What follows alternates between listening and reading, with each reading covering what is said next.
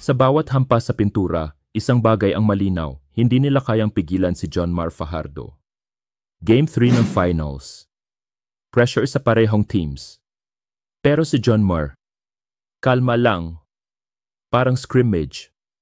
Kelly Williams, Galinato. Kahit sino pa ang ilagay sa harap niya, wala silang laban. Bawat spin move, bawat drop step, automatic puntos. Sa second quarter, dumaan ang San Miguel sa mahabang scoring draw. Pero si Jonmar tumayong anchor sa rebounds, assists at defense.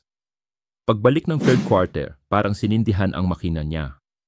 Mga sunod-sunod na puntos and one plays at monstrous post-ups. Walang sagot ang TNT. Turnover sila dito tapos papasahan lang ni Cruz si Jonmar for an easy layup. Parang training cone ang mga bantay.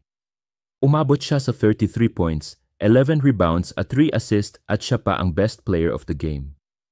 Hindi lang siya malaki. Marunong. Matibay. Matapang. Kung ganito ang lalaruin niya sa susunod na games, baka tapusin ng San Miguel ang finals ng mas maaga sa inaakala. Ito ang kapangyarihan ng The Kraken.